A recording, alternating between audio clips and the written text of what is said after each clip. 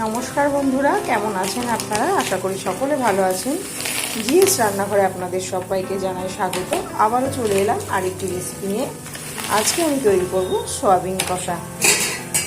মাছ মাংস খেতে যখন একঘেয়েমি লাগে, তখন এইভাবে যদি বাড়িতে বসে সয়াবিন কষা বানিয়ে নেওয়া যায়, তাহলে কিন্তু খাওয়াটা বেশ হয়।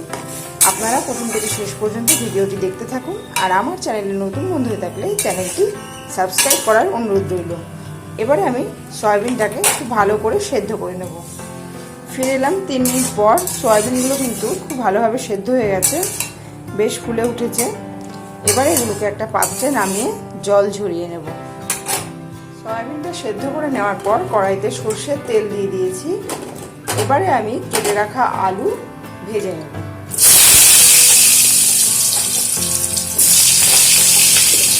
আলুগুলোকে এইভাবে টুকরো টুকরো করে কেটে নিয়েছি।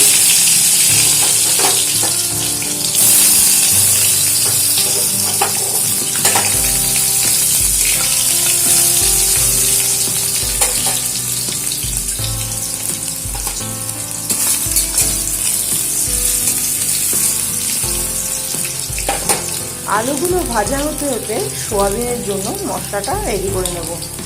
মশলা হিসেবে এখানে টমেটো, আদা, পেঁয়াজ, রসুন। এবারে এই মশলাটা একটা মিক্সিতে মিহি পেস্ট তৈরি করে নেব। আলুগুলো খুব ভালো করে ভেজে নিলাম। যেহেতু সয়াবিন কষা করবো, সেই জন্য আলুগুলো খুব ভালোভাবে ভেজে নিয়েছি। এবারে আলুগুলোকে একটা পাত্রে নামিয়ে নিচ্ছি। আলু ভেজে নেওয়ার পর এবারে সেদ্ধ করে রাখা সয়াবিন দিয়ে দিলাম। আর দিয়ে দিচ্ছি সামান্য লবণ আর হলুদ গুঁড়ো।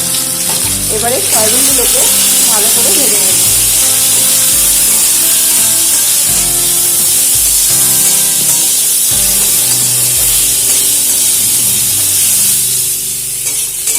সয়াবিনগুলো খুব ভালো করে ভেজে নিয়েছি লবণ হলুদ দিয়ে।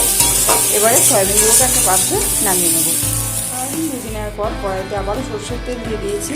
ফোড়ন হিসেবে দিয়ে দিলাম তেজপাতা, একটা গোটা শুকনো লঙ্কা আর জিরে। এবারে পেস্ট করে রাখা মশলা এর মধ্যে দিয়ে দেবো।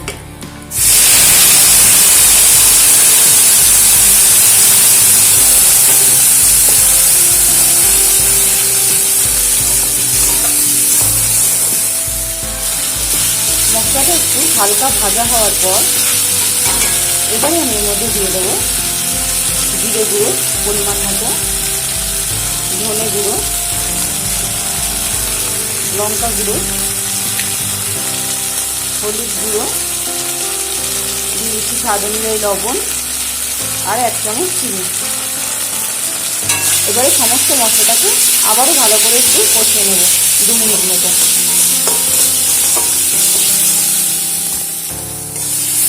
লো ফ্লেমে মশলাটাকে 2 মিনিট মতন ভালো করে কষিয়ে নিয়েছি। এবারে এর মধ্যে ভেজে রাখা আলু আর সয়াবিন দিয়ে দিলাম।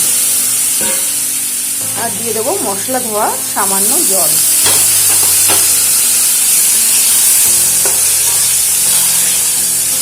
মিক্সিতে আমি মশলা করেছিলাম, ওই মিক্সির মধ্যে সামান্য যে মশলা লেগেছিল তার মধ্যে জল দিয়ে একটু এর মধ্যে দিয়ে দিলাম। আবারও 2 মিনিট ভালো করে সয়াবিন আর আলু দিয়ে কষিয়ে নেব। ফিরে এলাম 2 মিনিট পর। খুব ভালো করে কষিয়ে নেওয়ার পর এবারের মধ্যে জল দেব।